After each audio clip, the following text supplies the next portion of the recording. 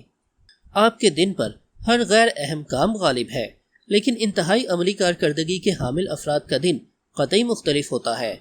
اگر آپ کی کوئی سرگرمی غیر متناسب نتائج پیدا کرتی ہے، اس سرگرمی کے لیے آپ کے غیر متناسب وقت مختص کریں۔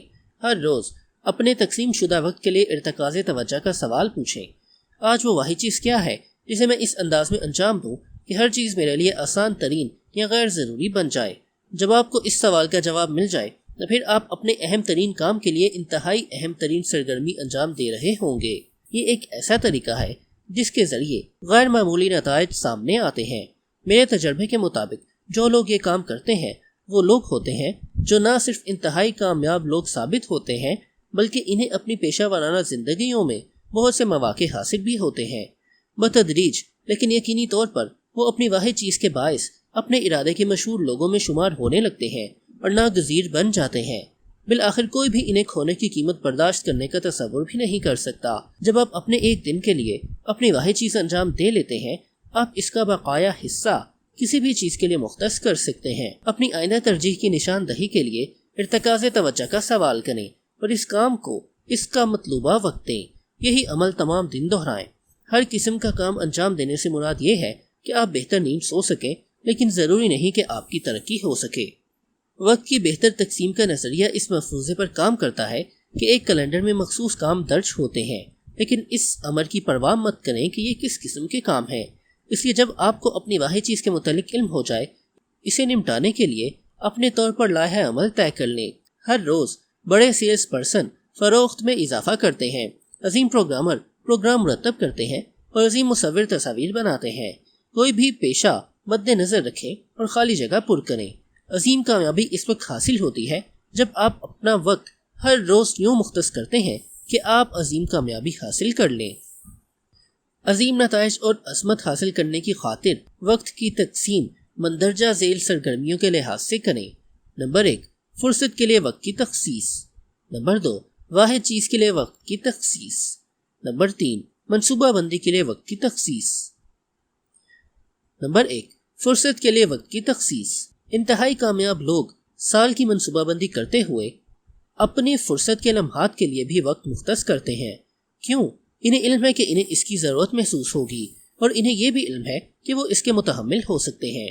سچی بات تو یہ ہے کہ انتہائی کامیاب لوگ اپنے فرصت کے لمحات اور تعطیلات میں بھی خود کو کام کرتا پاتے ہیں۔ اس کے برعکس کم از کم کامیاب لوگ اپنی فرصت کے لمحات کے لیے وقت مختص نہیں کرتے، کیونکہ وہ سمجھتے ہیں کہ وہ اس کے مستحق نہیں یا اس کے متحمل نہیں ہو سکتے۔ اپنی فرصت کے لمحات کے لیے وقت کی پیشگی تقسیم کے ذریعے در حقیقت آپ اپنے کام کے وقت کی بہتر تقسیم کرتے ہیں۔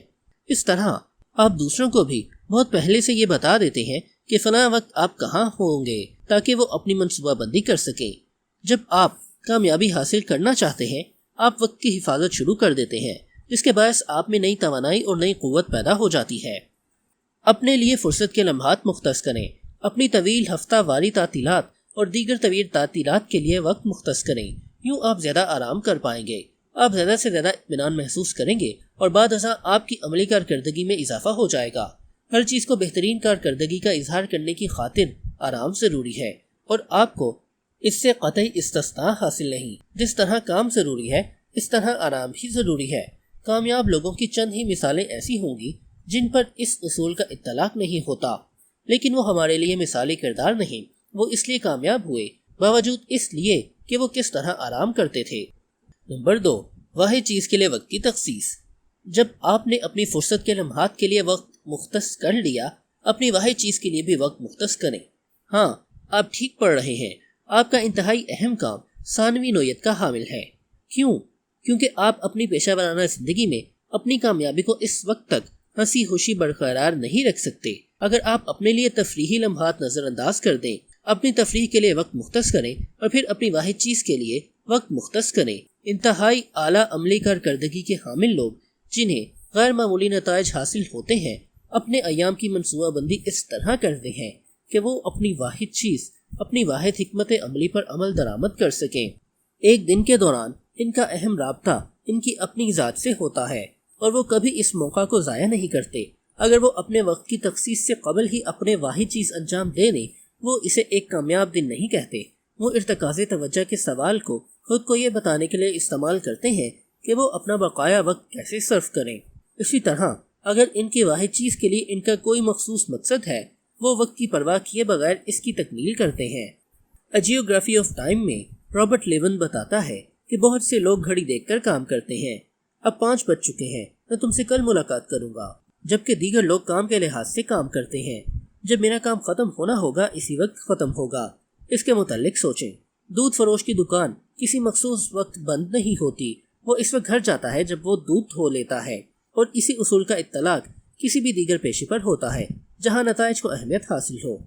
انتہائی عملی کارکردگی کے حامل لوگ اپنے پیشے کے لحاظ سے کام کرتے ہیں، اور اس وقت تک کام کرنا نہیں چھوڑتے جب تک ان کی واحد چیز تکمیل نہیں پا جاتی۔ ادب سرائے۔